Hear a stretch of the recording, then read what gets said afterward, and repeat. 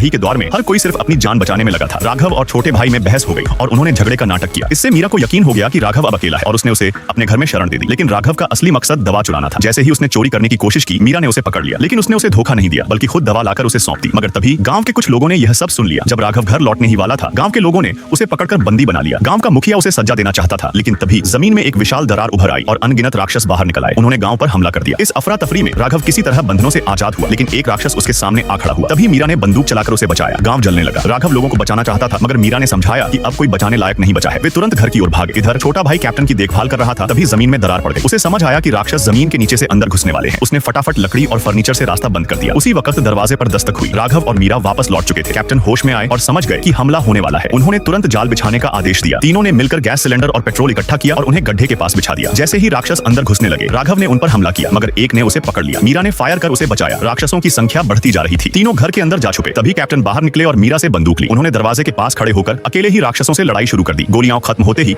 उन्होंने baseball bat से हमला किया। अंदर राघव के बनाए टाइमर में विस्फोट होने वाला था, मगर राक्षस बहुत तेजी से बढ़ रहे थे। कैप्टन ने आखिरी वक्त पर दरवाजा अंदर से बंद कर दिया और बच्चों को सुरक्षित रखने के लिए खुद को कुर्बान कर दिया। विस्फोट हुआ और तीनों किसी तरह फ्रिज के अंदर छुपकर बच गए। कैप्टन की कुर्बानी ने उन्हें इस भयानक दुनिया में जिंदा रहने का एक और मौका दिया।